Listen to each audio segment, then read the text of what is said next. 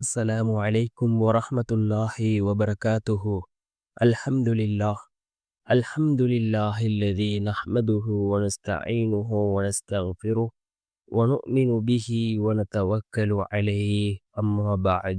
அன்பிற்குரிய அல்லாஹ்வின் நல்லடியார்களே, அன்பு சகோதரர்களே, நாம் தொடர்ச்சியாக பார்த்து வரக்கூடிய துஆக்களினுடைய திக்ருகளினுடைய தொகுப்பில் நாம் இன்று பார்க்க இருக்கின்ற விடயம் என்னவென்றால், இன்றைய தினம் வியாழக்கிழமை அசருடைய தொழுகையை தொழுதுவிட்டு அதே இடத்தில் அமர்ந்தவர்களாக இந்த துஆவை நாம் ஓதுவோம்.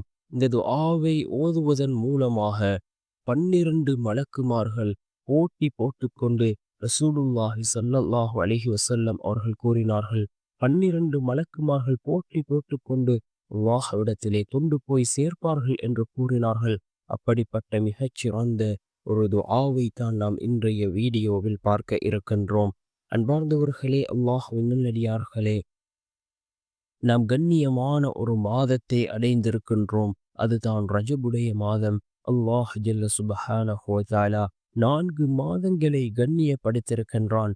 அதில் 3 மாதங்கள் அடுத்தடுத்து வரக்கூடிய மாதங்கள் துல் கஅதா, துல் ஹஜ், அதே போன்று முஹர்ரம் 4வது மாதம், இந்த ரஜபுடைய மாதம். இந்த 4 மாதங்களையும் அல்லாஹ் கண்ணியப்படுத்தியிருக்கின்றான்.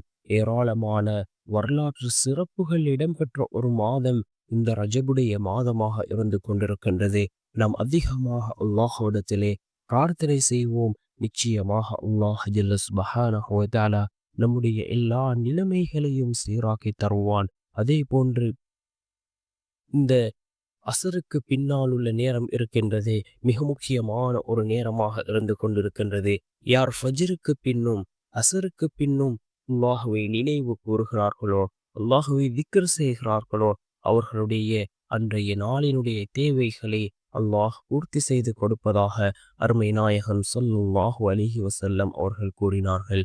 அன்பார்ந்த சகோதரர்களே, அல்லாஹுவின் நல்லடியார்களே, நாம் அசருடைய தொழுகையை தொழுதுவிட்டு இந்த துஆவை ஓதுவோம். ரசூலுல்லாஹி ஸல்லல்லாஹு அலைஹி வஸல்லம் அவர்கள் கூறினார்கள், இந்த துஆவை ஓதினால் 12 மலக்குமார்கள் போட்டி போட்டுக்கொண்டு அல்லாஹ்விடத்திலே அதனை கொண்டு போய் சேர்ப்பார்கள் என்று கூறினார்கள்.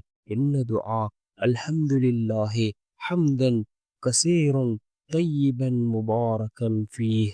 அல்ஹம்துலில்லாஹி ஹம்தன் கஸீரன் தய்யிபன் முபாரக்கன் ஃபீஹ். தூய்மையும் வளமும் வாய்ந்த அதிகமான புகழ் அனைத்தும் அல்லாஹுக்கே உரியது என்று பொருள்படக்கூடிய இந்த துஆவை நாம் ஓதி அல்லாஹ்விடம் பிரார்த்தனை செய்வோம். நிச்சயமாக அல்லாஹ் ஜல்ல சுப்ஹானஹு வ தஆலா நம்முடைய எல்லா நிலைமைகளையும் சீராக்கி, நம்முடைய வாழ்க்கையில் அல்லாஹ் எல்லா நிலைமைகளையும் சீராக்கி பரக்கத்தையும் செல்வ செழிப்பையும் அல்லாஹ் நமக்கு ஏற்படுத்தி தருவான்.